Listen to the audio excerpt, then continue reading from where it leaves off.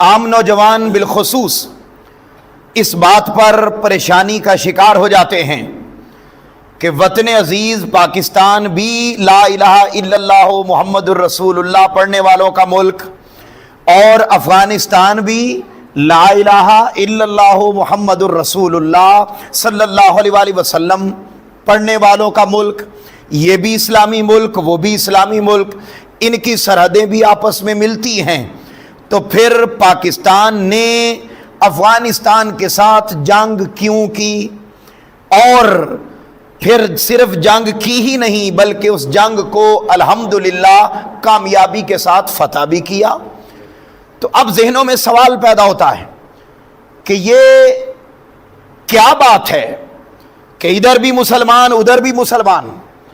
اور یہاں پاک فوج ان کے ساتھ فیصلہ کن جنگ لڑ رہی ہے، وہ بھی کلمہ پڑھتے ہیں، وہ بھی نمازیں پڑھتے ہیں، وہ بھی روزے رکھتے ہیں، وہ بھی عبادات کرتے ہیں، تو پھر عبادات کرنے والوں کو پاک فوج قتل کیوں کر رہی ہے؟ تو حاضرین محترم، اس کا سادہ سا جواب پہلا تو یہ ذہن میں رکھ لیں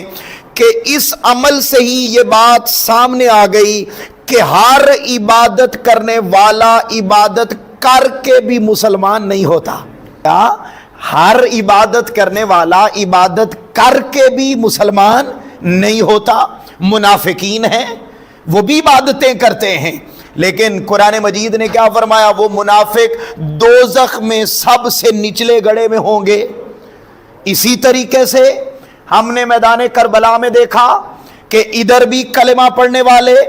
ادھر بھی کلمہ پڑھنے والے،